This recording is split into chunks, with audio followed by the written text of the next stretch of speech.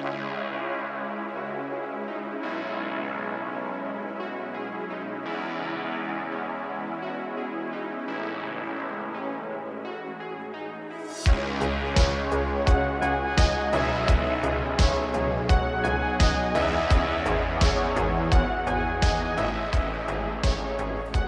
to you from 4,200 feet in the hills of Oregon, it is the voice of Chi-Town, the reddest beard in the high desert, your host of the MOA broadcast, Sam Wilson. All right, folks, we got a great show lined up for you today. All kinds of good stuff. The world is on fire. All kind of things are happening. Let's jump right in here. We got a couple of show highlights. We start off with a machete attack in LA. That's Los Angeles. A Florida sheriff. This is a big story, and I bet there's going to be a lot more that comes out of this. A Florida sheriff, or former Florida sheriff, has been arrested in a massive, potentially multi-million-dollar racketeering and gambling ring. It's a big deal. We're going to get to that story shortly. And, of course, LA, again, Los Angeles, burns again. So let's jump right in. We go to Los Angeles via a story out of New Mexico, thanks to KRQE, Albuquerque News. An Albuquerque native was one of the victims of a violent machete attack in downtown Los Angeles that left another man dead. Although the 35-year-old chef survived this attack, he has a long road to recovery ahead. So just in case it wasn't clear, there were two machete attacks. One was fatal. The other guy, the chef, the 35-year-old guy who's a chef, this happened in Los Angeles. But the guy's hometown is Albuquerque or New Mexico or whatever. So that's why they picked up the story or they ran it or whatever. We'll get back to that in a minute. It was a typical night for Kyle Levitt. He was walking home after his shift at a restaurant, but the walk home quickly turned violent. As Levitt went to grab his keys to unlock the door, now folks, this is what I've always been, now I don't know exactly what happened. This is just a newspaper article. They probably did this from the guy's hospital bed. But if you'll recall, one of the things we've talked about multiple times here on the old Make It Out Alive broadcast is have things like your keys and other stuff ready. And as soon as you get inside the door, lock it, especially your vehicle. Anyway, while he's grabbing his keys, he heard footsteps running behind him. I guess he's going back to his apartment complex or whatever. As soon as I looked up to see the reflection in our lobby door, I noticed the reflection of a man, and that's where the running noise came from. That's when the attack started, recalled Kyle. He later learned that he was the second person to be attacked that night. A few blocks away, police say the same suspect attacked a 60-year-old man with the same machete and killed him. Folks, well, let's do this first. The attacker hit Levitt from behind, slashing his neck, ear, head, and body. He called for the man to stop and turned around. The man then knocked him down and continued slashing with the machete, slashing his wrist and then running away. That's when I noticed half of my hand had been cut through. So both of my tendons leading to my thumb were severed. His hand is now worthless momentarily. His artery was severed in his wrist, and the cut went down to the joint of my wrist, emphasized Levitt. It also left the man with a skull fracture and staples in his head and neck.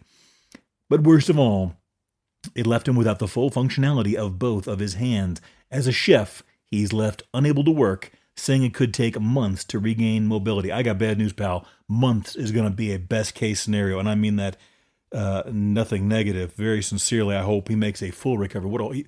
There's no evidence there was anything behind this other than a random attack, or maybe the guy with the machete was fueled by drugs or alcohol or whatever. There was a picture of him in the article. He looked pretty wide-eyed and bushy-tailed, so I'm going to guess that some type of substance was involved. We won't make any comments on the whereabouts. They didn't give the name or whatever else, but machetes aren't the usual attack instrument of attack here in the States. Typically, you see that a lot. I look up a lot of news stories about attacks and violent crimes and so forth for the show.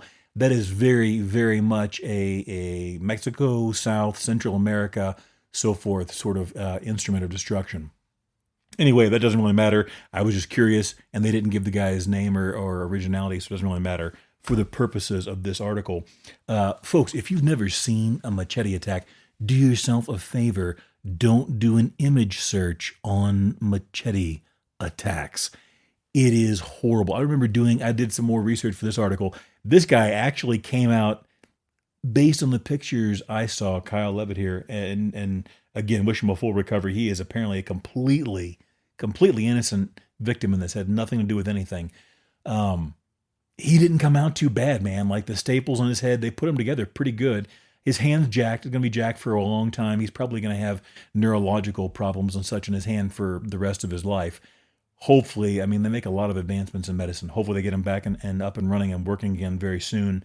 But it could have been a lot worse. I remember reading some medical journals a couple of years ago. I was doing some research on different types of wounds, like in the backwoods, and I came across this image of this guy that was out. He was an American. He was a white guy, and he was using a machete in, I don't know, somewhere in the southeastern U.S., I believe, and he completely overstruck what he was trying to cut with the machete, and went through the foliage or whatever, and he had his leg positioned wrong, and he sunk that machete into his leg, like the meaty part of his thigh. Guys, it was one of the most grotesque photos I have ever seen, and I have seen a lot of some pretty heinous things, both in real life and in photos and videos. It was bad. Like, it was down to the bone, and it literally cleaved that flesh apart. It was horrible.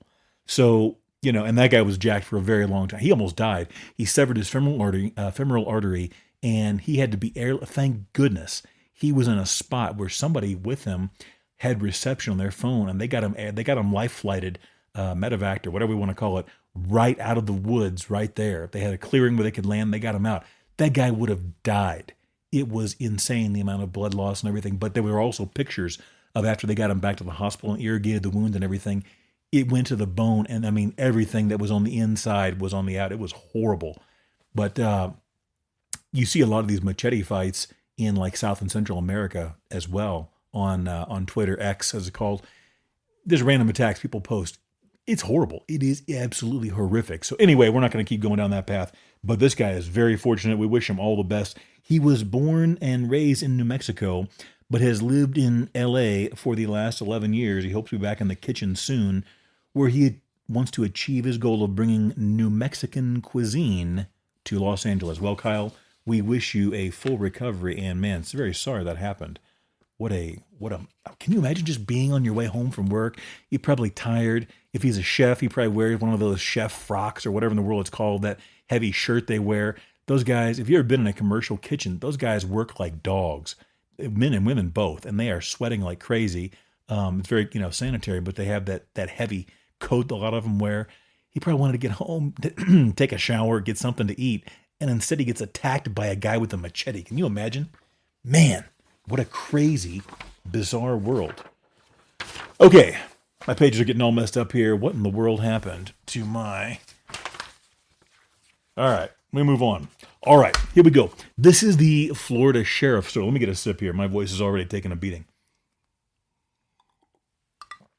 Okay, we have discussed a number of times over the course of this show here on the MOA broadcast just how wild and crazy the lawless swamps of Florida can be, but it never ever ceases to amaze me what goes on down there. Our headline, Florida sheriff accused of participating in, quote, massive illegal gambling ring. He is granted $1 million bond. Story coming out of ABC. A now suspended Florida sheriff has been accused of helping expand and protect an illegal gambling operation. He got his $1 million bond granted to him on Friday. That doesn't mean he made bond. That means they granted him the opportunity to make bond. Marcos Lopez, 56, was arrested and charged Thursday with racketeering and conspiracy to commit racketeering, both first-degree felonies, in connection with what prosecutors called a massive illegal gambling operation in Central Florida, including Lake and Osceola counties. This guy is an elected sheriff. I believe we got elected back in 2020. This is a very responsible position. Got a lot of power and authority here. The operation generated more than $21.6 million in illicit proceeds, according to the Florida Attorney General's office. Lopez, who was first elected to serve as the sheriff of Osceola County in 2020, allegedly took campaign contributions and personal payments from the operation before going on to play a, quote, multifaceted role in expanding and protecting this illegal enterprise, using his office to shield the enterprise from law enforcement, the office said. Wow. The charging document alleges Lopez and others charged in the case committed money laundering, operated a gambling house in Kissimmee, and illegally possessed slot machines. Lopez is also accused, in his capacity as sheriff, of receiving unlawful compensation or reward for official behavior and using confidential information with the intent to obstruct a criminal investigation. So you can see what's going on here. This is all alleged. We're not saying he did this. This is what the Attorney General's office is alleging and charging him with. Allegedly, it sounds like this guy was not only involved in facilitating this gambling ring, but according to these charging documents, he was somehow using his official office of elected sheriff to shield the operation from official, I don't know what you would call that. It wouldn't be prosecution necessarily, but pursuit by the police, investigation by the police and the sheriff's department or whatever, while they continued their gambling operation. This is like something out of an episode of a TV show or a movie. This could be a number of different movies throughout the years. Man, text messages show Lopez and his alleged co-conspirators dating back to 2019 had involvement in the illegal enterprise, allegedly, including sourcing new locations and screenshots of slot machines. According to Papakos, I don't know who in the world that is. Somehow the article didn't introduce that fellow. Anyway, he allegedly used his influence as sheriff to facilitate this enterprise and potentially obstruct criminal investigation. Since 2020, he has allegedly obtained $600,000 to $700,000 in cash payments from the illegal enterprise, Papakos said. I think that's with the Attorney General's office. I'm not sure. His defense attorney argued that such a bond, the $1.2 million bond, would be very high for the nature of the crime, given what his family could afford. She asked for $25,000 for each count for a total of $50,000. Bottom line, the judge wasn't playing ball. Judge Emily Curington ultimately set his bond at $500,000 for each count, with conditions including that he undergo GPS monitoring and surrender his passport if he posts bond. She also asked the source of the funds be shown to the state after Papakos expressed concerns about them coming from any illegal So they're worried he's going to take the gambling money and post his bond. What a wild story. That's a TV show all in itself right there. Holy smokes. This went on since 2019. That's almost 6 years. That's when they first have evidence of it. So for at least 5 to 6, 7 years, this mess, whoever did what allegedly or whatever not, has been doing all this. Man, who knows what else and who else is involved. They're gonna want to flip this guy, I'm sure, because who else is involved in this? Maybe he's the top dog, who knows? But you got to believe there's other people involved along the way. So, man, what a mess. Only in Florida, guys. His court date has been scheduled for June 30. He has yet to enter a plea. Let me get a sip. Wow. Okay. Now, this is a good article. The next one up here. We have talked a number of times about people making poor or wise decisions when they go backpacking, hiking, and whatever in the backwoods, out in the backcountry. And we have talked about dozens, almost by this point, it might be dozens, of people in just this year alone that, and by this year alone, I mean just on the show, there have been hundreds upon hundreds of rescues already. But people that have been rescued by SAR, search and rescue teams, and so forth in the backcountry. This article comes to us out of Skamania County, that is Washington State, for those on the West Coast, just north of Oregon, for those of you not in the States. Sheriff wants to charge for rescues of negligent, reckless hikers in Skamania County. Right off the bat, I'm with him. Or I think it's actually, it's a female, it's a her. I'm with her. That's a good idea. But this article comes to us from KOIN News. Ironically enough, the article is out of Portland, Oregon. Following a dramatic increase in search and rescue missions on the Washington side of the Columbia River Gorge, a local sheriff has proposed charging a fee to those in need of saving. Now, guys, we've talked in this show in just the last couple of episodes about multiple very, very expensive SAR and rescue missions that have taken place because people were doing absolutely stupid things in the backcountry. They were not prepared at all. They had no business being there. Like that, what was it, a couple of weeks ago, we talked about that guy on Mount Fuji in Japan. He was out hiking or backpacking, whatever it was, and completely unprepared. He lost he got rescued, okay? He got cell phone coverage and he placed a call to SAR or whatever they call it there. I have no idea. He got rescued, but he left behind some of his equipment or his personal belongings, a cell phone and everything. What did he do? 3 or 4 days later, he goes right back up and climbs the mountain again and gets stranded again and calls for SAR, for rescue again.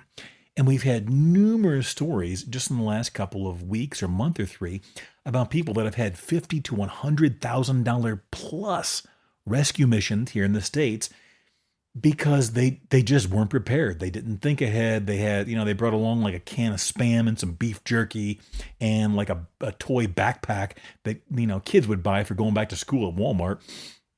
They're not prepared. They don't have what they need. And, they wind up getting lost back out in the woods, and then they don't know what to do, and they call SAR, and it costs thousands of dollars for these rescue efforts. Now, if it's a legitimate need, of course, that's what it's there for.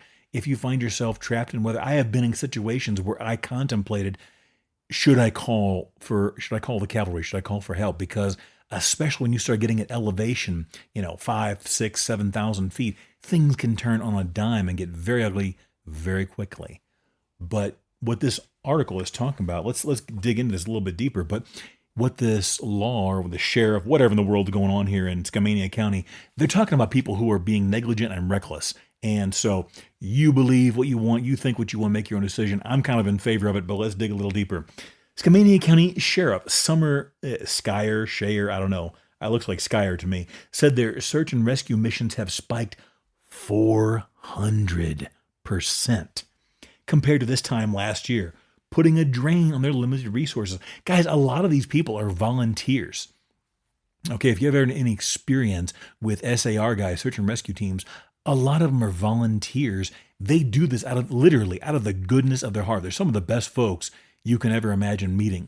They go out there, and a lot of these guys are not young, like 20, 25-year-old young bucks. Some of these guys are getting on in years, 30s, which I'm sorry, late 30s, getting up there for taking risks in the backwoods, 40s, 50s, 60s, and beyond. And it's a danger sometimes just sending them out into the woods because they have to go and deal with low or crazy temperature extremes, low light situations or no light situations. They've got to use sometimes technical rope situations. There's all kind of stuff. And a lot of them do this volunteer. They don't get paid. Okay. The ones that do, that gets extremely, can you know how much it costs to sit there and run a helicopter to hover? Like that one we did a couple of weeks ago in Riverside, that helicopter. And I'm glad that lady did a good job. It doesn't sound like she was negligent at all. In my opinion, she was a superstar, one of the best that we've come across. She did everything it sounds like right. But she slipped on some shale or some loose rock or whatever. It happens, man. It happens. And they hovered a helicopter above her for I don't know how long until they got her hooked up and then, took her to someplace safe. That costs a lot of money. And this isn't like LA where Riverside is. Basically, this is Skamania County, Washington. You're in the middle of basically nowhere compared to someplace like LA. They don't have these massive budgets. So Their search and rescue, the SAR missions, have spiked 400%. According to the sheriff, 99.9% of them are out-of-county residents. meaning people that have come there. They're either on some trail like the PCT Pacific Crest Trail, or I don't know if this place is in the PCT or not, but it probably is or close to it. Or they're tourists, they're on vacation, or they're just people that pulled over and decided to go for a hike, and they're completely unprepared. So it's our county residents who are footing the bill, the sheriff says. She says she only wants to go after people if they have been negligent or reckless, causing them to need help from her rescue team. Somebody with a collapsed lung who decides to go in the worst weather, the worst weather conditions we've seen in many, many years, and the person wasn't supposed to go above 1,500 feet, decided to go to an area where it's 30,500 feet. She says, I have been above 5,000 feet with a collapsed lung, and I did it, but I can tell you it was not fun. But here I am. I'm still standing. In May, 70% of their missions were a result of a hiker or boater putting themselves in unsafe conditions. So, I don't know. You got to be careful, because anytime you give the government, I mean, they're going to do what they want to do anyway. We've seen that time and time again. But anytime you give the government free reign to start charging people anything, they frequently tend to get out of hand. But I got to say, I'm kind of for having some consequences, especially for people that are negligent and aren't really prepared. The problem then becomes, who decides that, right? What if, the sheriff, or what if it's 2 or 3 sheriffs from now and they just become completely tyrannical about this, whatever. So I did think the interesting thing was KOIN 6 News asked some hikers. They interviewed some locals in Skamania County for their thoughts on the proposal. As soon as I saw this response, before I even read who it was from, I knew that it was a Portlander. You don't want to be charging people thousands of dollars if they get in trouble, but there is a certain amount of responsibility associated with coming out to the woods, said Dan of Portland. Well, Dan, I've been hiking around Portlanders plenty of times, and let me tell you, they're out there in Crocs, they're out there in flip-flops, their whole entire rations consist of a couple of pieces of beef jerky and some kind of fruit leather from Whole Foods, and they are not prepared at all. They think it's like something they saw on the internets. Oh yeah, go ahead and give me this rations list, which is some, beef jerky and some trail mix, yada, yada, yada. Another hiker from Hillsboro, which is near Portland, said they agreed with the idea of charging a fee for a rescue if they got into the situation out of negligence. The cost of this potential citation has not been determined. However, in the Columbia River area in Oregon, which is a beautiful area, I have been hiking there hundreds upon hundreds of miles. Guys, Oregon, if you get away from the major cities, is a lot less wacky than you really think. It is so beautiful, and it's so green that it looks almost fake when you take photographs of it. I took many photographs that I later showed people just from my phone, like a cell phone camera, and they thought they were like fake, or I had edited the photos because they were so lush and green. It's beautiful. But there's a statute in Oregon. You can be charged a fee of no more than $500 if they didn't exercise reasonable care or if laws were violated. So anyway, the sheriff in Skamania County says she wants her ordinance to have a little more teeth.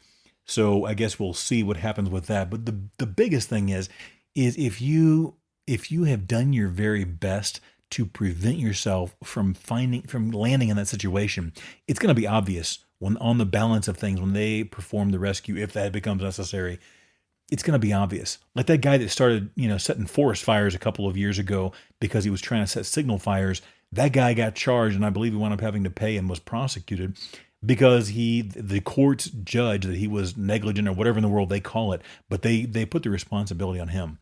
So be prepared, folks. That's again what the MOA broadcast is all about. We talk about being prepared. Think about this stuff before it happens.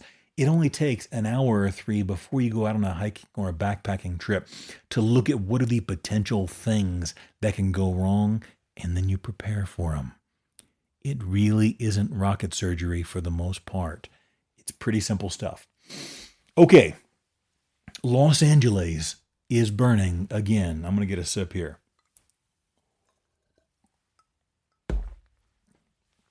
We are still on the heels of dealing with the fallout from those massive fires we had in Los Angeles just a couple of months ago. People are not moved. It's not all over. People are not moved back in. People are going through the absolute permitting nightmare of trying to get their homes rebuilt. It is insane. And now Los Angeles is burning again. If you haven't been watching the news, you're going to get this podcast on probably Sunday. What is the day today? The 8th. So this is going to drop on the 8th. I have been following the news all night. I'm a night owl. I was up all night long. There are massive protests, and it's completely out of control in Los Angeles. What it boils down to is they're protesting the fact that ICE is going out and they are arresting people that are here illegally. I'm not going to get the political. I don't care. Believe what you want to believe politically. I don't care. The facts are there are people that are here illegally. ICE, which is the Immigrations and Customs Enforcement, they are going around and arresting people for being here illegally, and they're going to deport them. Okay? I don't care what you feel about it. I'm not putting my feelings into it. Those are the facts of the matter. If you go to the ICE X page or Twitter page, if you go to their website, they are telling you we are going after people that are here illegally. We're going to round them up, arrest them, detain them, and deport them. Those are the facts. There are people in Los Angeles and other parts of the country that do not like that. That's their business. Do what you want to do, believe what you want to believe. But they are actively fighting back. They are being encouraged by celebrities or notable people or people that have a public presence. And it is causing massive problems. If you have not been following the news, LA is literally a war zone. This is reminiscent of the riots, the Rodney King riots, and the other riot that we've had in LA, a series of them over the years, going back 30, 40 years now. It is crazy.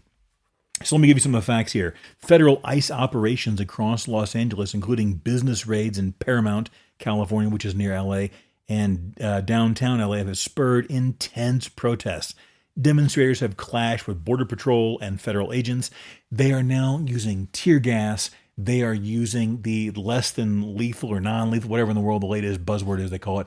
Used to be called less lethal. Now it's less than lethal, I think. The rubber bullets and the other things, they're using flashbangs. It is out of control. Let's see. What do we have here? Ow, I think I just got a paper cut. Holy smokes. Man, that didn't feel very good. In Compton, a car was set ablaze as activists lit fires. I saw the video for this on X. I don't like to push anything. If you guys have not used X, though, X is just a new name for Twitter. I'm not going to get into the politics of Elon Musk. He bought it, whatever. I don't care. It is an interesting tool because pretty much anybody can upload anything at any time. And the advantage of it is you have to be careful about people's opinions and what they say, but videos for the most part are indisputable. And the videos that have been coming out of LA the last 36 hours are insane. Okay, we got to take a break. When we get back, we're going to get back to the burning of Los Angeles, and we've got even more coming up. The National Guard, possibly the Marines getting involved. We will see you after the break. More Make It Out Alive with Sam Wilson after this.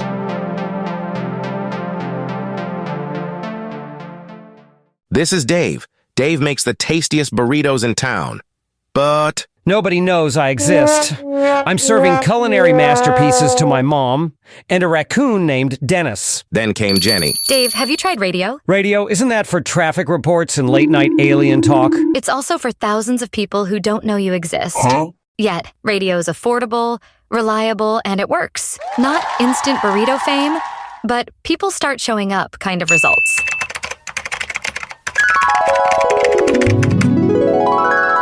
So I partnered with Gold Country Radio, and now people know I exist. I've got new customers, catering calls, and Dennis brought a possum. I think they're dating. I told you. Radio gets your business heard. Next up, we a second table, maybe indoor seating. Want to get your business heard? Visit goldcountryradio.org and click Contact to get started. Radio, small budget, big reach, real results. You're listening to the MOA broadcast with Sam Wilson. Will you make it out alive? And we are back from the break. I am your host of the MOA, the Make It Out Alive broadcast, Sam Wilson. Okay, folks, before the break, we left off with this disaster that is going on in Los Angeles right now. The Basically, people are rioting all over the city about these ICE arrests. They don't want people that are here illegally being deported. Again, you are free to have your thoughts, your feelings about the politics of it all, this, that, and the other. The bottom line is the facts of the matter are ICE has said they're going to arrest and deport people that are here illegally. End of story. That's all we're going on right now. Again, I'm not going to get into my thoughts on the politics, yours, whatever. That's where we're at. People are very upset about it, and they're being encouraged by a lot of prominent people on social media and other places. So during the break, I stopped and I had to go feed the cats. So if you've caught the last couple of episodes, I have these stray cats that I've been feeding for going on several months now, and the two that come most regularly are the Dark Knight and Mr. Floofers. They're both these black cats. They're beautiful kitties, but they're street kitties, and they go do their thing all night long, and they stop by my place probably 2 to 4 times during the night because they know I'm a complete sucker and I'm a sap and I'll do whatever they want. Mr. Floofers I put a little towel under my rocking chair, and Mr. Floofers has made that his home, and that's where he spends 3 to 4 hours a night camped out in front of my front door under the rocking chair. And like a fool, I go out there and just continually feed him treats and what are they called? The little, they're like a little tube of delectable something, or I can't think of what it's called, but it's a little red or orange tube, and it has this paste in there, chicken flavored, lamb flavored paste. These cats eat it up like crack cocaine. It is crazy. Mr. Floofers loves those. So anyway, I gave the cat something to eat, and then I got something, a little snack, and I came back to get to the broadcast here to get back with this, and I checked the Twitter feed. So Twitter is now called X. I've talked about this a number of times. If you're not familiar with Twitter, it is now called X after Musk bought it. Yada, yada, yada. It's X. It is what it is. It's a great source of news because there's no way the broadcast channels and news companies can keep up with it, because anybody and everybody can post stuff instantly. If I wanted to go in there and say, Sam Wilson is the greatest broadcaster alive, I could type that in and push send, and in seconds it's on there for the whole world to see. Okay, so it's a great source of news. You have to be careful for a number of reasons. Number one, it's a wild, wild west. It's uncensored, so you're going to see anything and everything. Also, you have to decide, is this person trustworthy? Is this account trustworthy? The thing I like the most are the videos of things that happen, because outside of AI and photo editing and video editing and stuff, photos and videos are pretty trustworthy to a degree. So if it's in a video, you can kind of trust it to a degree. Anyway, just a few hours ago, the mayor of LA, I don't know why they say this, she goes, just to be clear, and I'm not picking on anybody, I just don't understand how this stuff works. She says words to the effect of, just to be clear, the National Guard is not present in or activated or whatever in Los Angeles yet. This comes after President Trump last night, and again, I don't care what you think of him. I don't care what I think of him. We're just looking at the news and the facts involved. I don't want to get into a Trump this, a Biden that. I don't want to do it. But Trump put out a press release. He's going to activate the National Guard and send 2,000 troops. So for whatever reason, did I have it in the article here? Did I? Okay, let's jump in. Let's do this first, and we'll get right back to that. Among those arrested in the protest yesterday were the SEIU, that is the Service Employees International Union of California President David Huerta, who was reportedly injured during an ICE raid, a move seen as politically significant by labor and immigration rights groups. He was injured during his arrest. According to Representative Gil Cisneros, he was also tased. I don't know what this guy, the union rep, is doing getting tased, but anyway, he was hospitalized and treated. He has since been released. Huerta remains in custody. Now, the National Guard this is part of just the notes that I had for the show here. The National Guard mobilization. President Trump has federally activated 2,000 National Guard troops with deployment authorized amid the unrest. This happened sometime late last night or during the middle of the night when I saw that pop up. Now, the governor of California had this to say. Gavin Newsom strongly condemned the deployment as purposefully inflammatory warning it will only elevate tensions.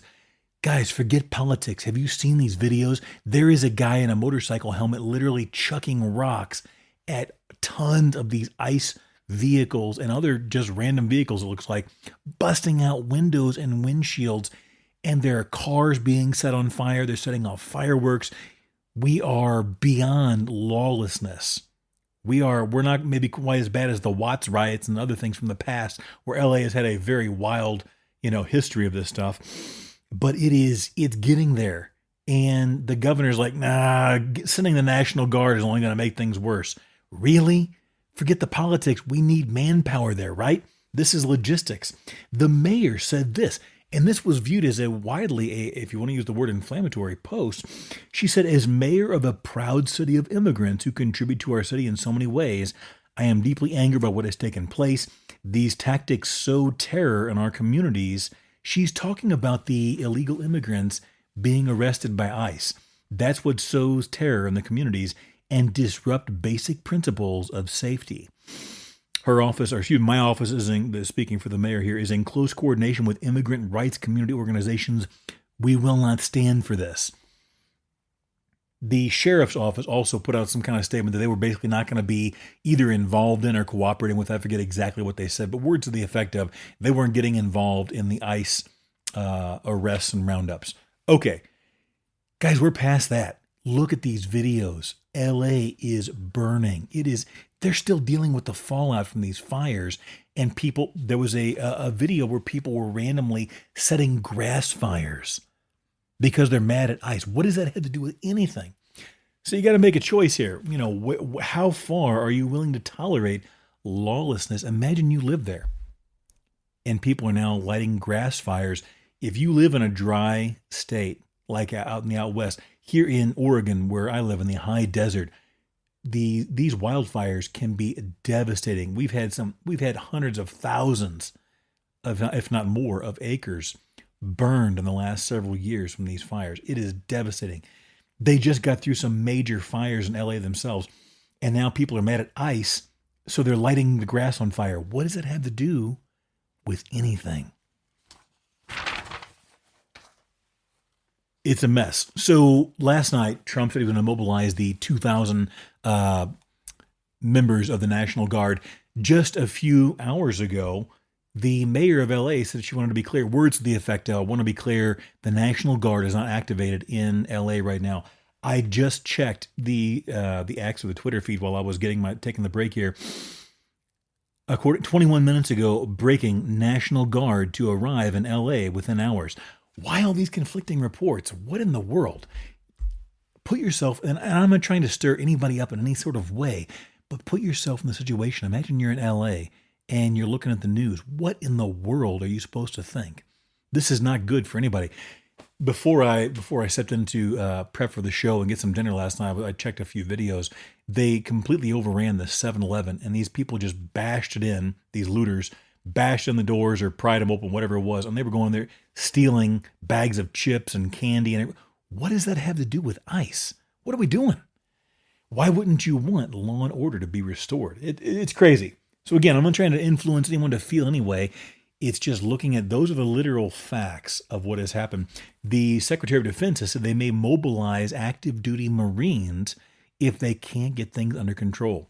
It's a mess. So let's leave it there. We'll move forward.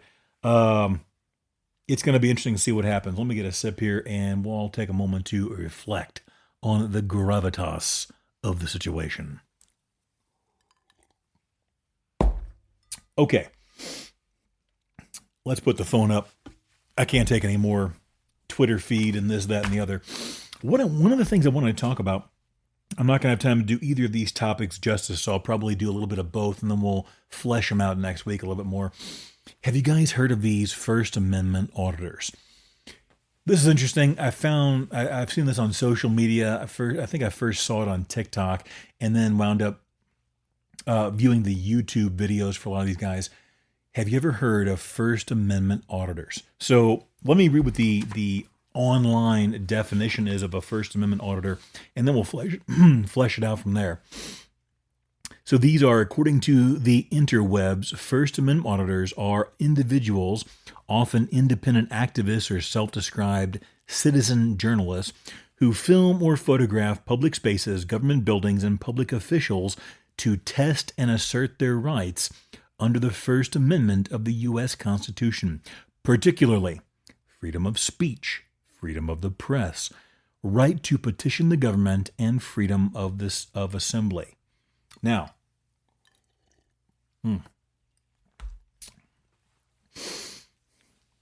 what they typically do, they record video or take photos in public spaces such as post offices, police stations, city halls, courthouses, or sidewalks, anywhere the public is generally allowed. Let me skip through this. I've seen dozens, if not more, of these videos now in researching this and just, coming across this, spending time on the internet. What these First Amendment auditors do is they have learned a couple of things, and I'm not going to make throw any mud here or whatever else, cast aspersions. But let's look at the raw facts. These are guys, usually they're men, that have they understand now that it is perfectly legal to film almost anything you can, with very few exceptions. Here in America, you can videotape almost anything you can see from public property. Okay, fine. I have no problem with that. It may not always be fun, but it is what it is. It's the law. Okay. There are also typically laws in place across almost all, if not all, of the states in the U.S. here, where the police cannot just walk up to you and demand your ID, your driver's license, or whatever, without believing what they call reasonable, articulable suspicion that you have committed a crime. Okay? So let's say to put this in context, these First Amendment auditors will go to some place, like they'll walk up to a post office, they'll walk up to a city hall, or just some place on the sidewalk where they're on public property. And I'm not saying I'm for or against them. There's a case to be made both ways. I would never be against someone exercising their civil rights, okay? Because freedom is extremely important. Even if you don't agree with how it's being exercised, freedom is extremely important. People have fought and died for that. When someone sheds blood for freedom, you have to take it seriously. And it's enshrined in the Constitution. Now, it may not have been in the original writing of the Constitution, but the Supreme Court has ruled that many of these things are constitutionally protected, okay? So what usually happens, or what frequently happens, is there'll be one or two or three of these guys, and they all have either cameras or phones or whatever else, and they'll walk up and start filming a police station, a post office, or some other public thing, or a restaurant, or just anything that's publicly visible. And this is the part that I find weird. Regular citizens, civilians, they see this and they freak out. They go crazy. Like, some of them will get violent, some of them will assault these people, and they'll call 911 because some guy is walking around just videotaping things in broad daylight. Okay? It's bizarre. Not the videotaping part, the fact that people freak out. Have you ever been to a city like New York City? There are people with cameras everywhere, not to mention the hundreds, if not thousands, of cameras that are on every street corner, that are in and outside of restaurants, stores, this, that, and the other, everywhere. You're being videoed everywhere you go. So these auditor guys will go there, and sometimes they'll talk, sometimes they won't say a word, sometimes they'll be a little inflammatory or aggressive, antagonistic, and sometimes they'll just sit there and say, leave me alone, or whatever. But the bottom line is they video, people freak out, they usually call the cops, and then what happens is interesting. The police show up, the better educated cops, and let me be clear, I'm a huge fan of law and order. Just like we're seeing in LA right now, you do not want pure bedlam. You may think you do. There are a few people out there that really think that's what you want. It's not good. When riots and disturbances and so forth, when there is a lack of law and order, you do not want that, especially long term. The problem is not so much the fact that the laws aren't good, but a lot of cops, I've encountered a number of I hate to say the word, but bad cops in my lifetime. These are guys that show up, they've got a gun, and basically they've been authorized to enforce their opinion of the law. Legally, they're there to enforce the law. But what frequently happens on the street is they enforce their opinion, their version of the law, and they're authorized to use deadly force to do it. So these auditor guys frequently get into a bit of a back and forth with the police. about whether or not they have, the first thing the cops almost always do is demand ID. The better trained ones are like, all right, you're taping on public property, whatever, just don't go on private property, you're fine. And they leave. That's the best case scenario, possible outcome. The cops recognize what's going on, they leave. That's what they should do, because that really is the limit of their legal power. They really don't have authority over people if they're not breaking the law. And they certainly don't have authority over people legally if they're exercising constitutionally protected rights.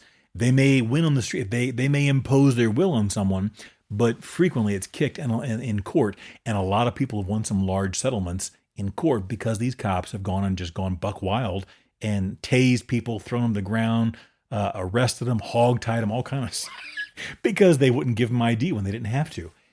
So it's an interesting situation. And I'm sure that's the motivation for some of these guys that are auditors. If you go to YouTube and type in like First Amendment audit, you are going to get tons of results. And some are better at it than others. It's just an interesting exercise. And I wanted to bring it up because it was something I found interesting and had talked with a number of people about. The thing to remember is if you see someone with a camera and they're on public property, they legally have the right. In fact, it is constitutionally protected to a degree to film on public property. If they can see it from public property, they can video it. May not feel good. I mean, I got to be honest. I wouldn't like it if I was sitting there at an outdoor restaurant eating my dinner with family, friends, whatever, and someone walked up 5-10 feet away and they're videotaping me. But if they have the legal right, the constitutionally protected right to do it, you don't want to take that away from someone. Because when they take that right away, what's the next right you're going to lose? Who knows? You don't want to mess with people's constitutional rights. So, it's kind of an interesting thing. And as far as the cops, I am a huge fan of Law and Order. I have encountered a number of, I hate to use the word, what's the word I should use? Let's just say bad or out of control cops over the. Let me tell you a brief story. Let me have a sip here. My voice has just taken a beating this week. Okay. Going back a few years, and I'll give the very, very short version of this so we can stay on track here. I got pulled over for running a stop sign. Okay. This cop, it was a state trooper, immediately amped things up. This guy was way over the top, out of control. He pulled me over for what he thought I ran a stop sign. And immediately, whenever I told him, so I didn't run a stop sign, there was no stop sign there. Okay. I got pulled over. He accused me of running the stop sign. And when I said, officer, there's no stop sign, we were like 60 meters away. And I'm like, you can see, it was broad daylight. You can see from here, there's no stop sign. And immediately he went into, do you want to answer these questions downtown, boy? I'm not even making this up. It was like some Smoking the Bandit cop type situation. This state trooper immediately jumped to like, do you want to answer those questions downtown, boy? And at that point I realized this guy's nuts. Okay, just say whatever you got to say and get this thing over with. So long story short, he wrote me the ticket. My parents actually wound up pulling up. They were following me to someplace. They pulled up behind me. This guy cursed out my dad in broad daylight. We were all wearing suits and ties. We were headed to a religious gathering, and he cursed us out, cursed out my dad, wrote me the ticket, even though you could clearly see there was no stop sign. Okay. So the next day, we obviously had a lot of conversations about that night. It was wild. That was an interesting, wild experience. So the next morning, I remember my mom suggested, she's like, you need to go take a picture of that stop sign right now. And I did at like 9:30 in the morning. Took a photograph. There was no stop sign. This guy literally just fabricated the whole thing. I took a photograph and then I went about my business and so forth. When I drove back home at about 3:30, 4 o'clock that afternoon, there was a brand new stop sign at that intersection. And I just remember thinking, I was a kid almost, a teenager. And I remember going, wow, that is crazy. So I took a photograph of that as well. When I had my court date a couple of weeks or whatever it was later, I went before the judge and I went there. I was there in a suit and tie. I was a kid. I did things. I'm like, utmost respect for law and order. Okay. So I'm talking to the judge, and this was a small town. We were like it was like a closet with a bunch of filing cabinets, all I remember. And he's looking at my thing. He's like, yeah, you ran a stop sign. We're basically done here. And I'm like, I didn't run a stop sign. He's like, yeah, you did. And so I did two things, or one thing, I guess, however you want to break it down. I put the two photographs on the counter right there in front of the judge. And this was the old days, long before cell phone cameras and everything else.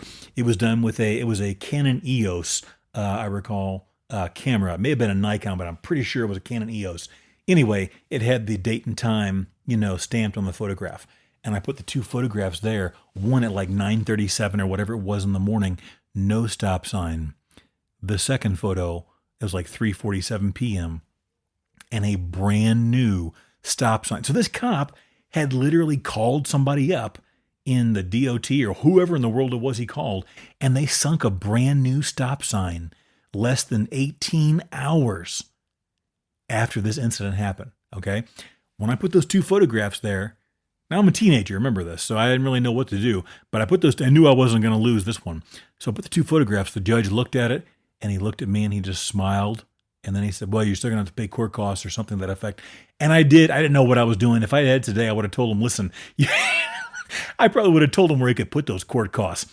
But I did. It was like $30 or something like that. But he dismissed the ticket. It disappeared and so forth. But he knew exactly, immediately, he knew what was up. So, in that sense, and I've got probably 4 or 5 of the stories I could tell you where cops were completely out of line, where I did nothing wrong. And they were just wanting to get their jollies on a Friday night, have a use of force or, have somebody ride the lightning or whatever. And that was an interesting experience. It opened my eyes. I was a teenager when that happened.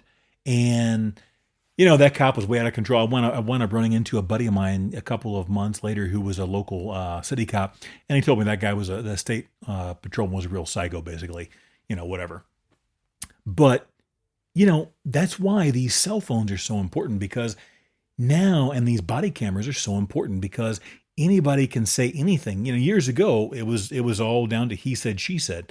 If I hadn't taken those photographs, I would have lost in court and it would have been done.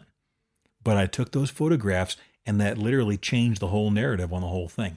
So again, the whole point being with these First Amendment auditors, it's interesting. Some of these guys make good money. They get millions of views on these YouTube videos and so forth. And I wasn't trying to encourage anybody to follow this one or that one. I just thought it was interesting. You should go check it out sometime. It's interesting to see sometimes. The thing that I took away from it probably the most was some of these cops, they see a camera in their face in broad daylight and they still violate people. And there are good cops. I have met many of them who are just like those SAR guys I was talking about earlier. They would do it for free. They are good people. I've known many cops. I've worked with dozens, if not hundreds of cops over the years. But there are some there's an article or a thing coming out right now in Florida. I think it's Ocala or somewhere. Some cop arrested this guy who was sitting on a bench in front of a CVS. He just got off work 7 minutes prior, and this cop shows up, threatens to tase him. It's a whole thing. It's going to be a mess. The cop already lost his job or resigned or quit or whatever. I don't know what happened. Maybe he didn't lose his job. He resigned. I don't know. But he's separated from the department, I think they said. And the body cameras and the cell phone videos are what's making the difference. So if some of these guys will act this way when they see a camera right in their face, what do you think they're doing whenever it's dark out and there's no cameras around? And that's all I'm saying. Got to be careful. Okay, we are going to have to skip. I had a really good segment on Dead Reckoning, the navigation method we talked about. We'll get to that next week. It's a good one. I'm not going to toss it. It's totally good. We're not going to have time to get to it today, though. We are going to instead, let me have a sip here, and then we're going to head back to Florida. All right. This one has kind of a sad ending, I guess, in a way, depending how you look at it. Florida man survives alligator attack, shot by deputies moments later. And I'm not even laughing at the poor guy. It is just, that's Florida, man. Okay, this comes to us from WNEM5. A man believed to be on drugs was shot and killed Monday by Florida sheriff's deputies who had tried to shock him with a taser as he wielded a set of garden shears. Shortly after, he was apparently bitten by an alligator in a lake, a sheriff said. Can you imagine a more insane sentence? Getting shocked, shot after getting tased after getting bitten by an alligator while wielding garden shears to sheriff's deputies. Polk County Sheriff Grady Judd told reporters the two deputies were trying to de-escalate the situation before the man, identified as 42-year-old Timothy Schultz, climbed into their patrol vehicle to get the weapons. "This is just crazy stuff, okay?" Judd said. "You know it's got to be true. You can't make it up," the sheriff said. Schultz had a long history of drug-related arrests. According to Judd, he had been released from jail last Tuesday after being arrested for possession of meth, according to the Polk County Sheriff's Office. Monday's incident started when a convenience store worker at about 5:56 a.m. reported a man acting bizarrely, shaking, and asking to call his son. According to the sheriff, Judd, deputies went to the store but couldn't find the man. At about 7:43 a.m., people reported a man, later identified as Schultz, swimming in a lake that contained multiple alligators. Judd said one witness tried to throw him a life preserver and another tried to speak with him, but they received a growl in response. According to the sheriff, while Schultz was in the lake, he was apparently bitten by an alligator on his right arm. The fact that he was bitten by an alligator significantly and still continued his rampage is shocking, Judd said. But if you're on enough meth, then the person you see is not the person that's attacking. I'm not quite certain I understand that, but I'm going to go with it. I think I get where he's coming from. When Schultz emerged from the water in a gated community in Lakeland east of Tampa, he picked up a set of garden shears that had been left outside. He tried to break into a vehicle with a brick. After deputies arrived at the scene, Schultz charged at them with the shears. The deputies tried to de-escalate, told him to drop the shears, and attempted to shock him with a taser twice, according to the sheriff. They were still trying to take him peacefully into custody, Judd said. Schultz entered the deputy's still running patrol vehicle from the passenger side and tried to get either the rifle or the shotgun locked inside from their holders. Judd said the deputies then shot Schultz multiple times. The sheriff's office posted photos to social media showing the patrol vehicle, and I saw the pictures. They shot all kinds of holes. It looked like it was like 6, 8, 10, I don't know, holes in this windshield where they had to shoot this guy because he was going for the rifle, the shotgun. Sad story, drugs involved, maybe mental illness, whatever. It's Florida. What are you going to do? The incident is under investigation, Judd said. The deputies have been placed on routine administrative leave during the initial phases of the investigation. Okay, folks, that's going to do it. I don't really have any more to say other than, what is it about the two coasts here? Stay away from L.A., New York, and Florida if you don't like drama and crime, because those places are hotbeds. It's going to be interesting to see what happens in L.A. It's going to be a hot mess, and it's still rolling down there. I hope it goes well. Remember, folks, don't wait until you have an emergency to prepare. If you wait, it may be too late. If you don't make it out alive, you don't make it out at all. Stay safe out there, folks.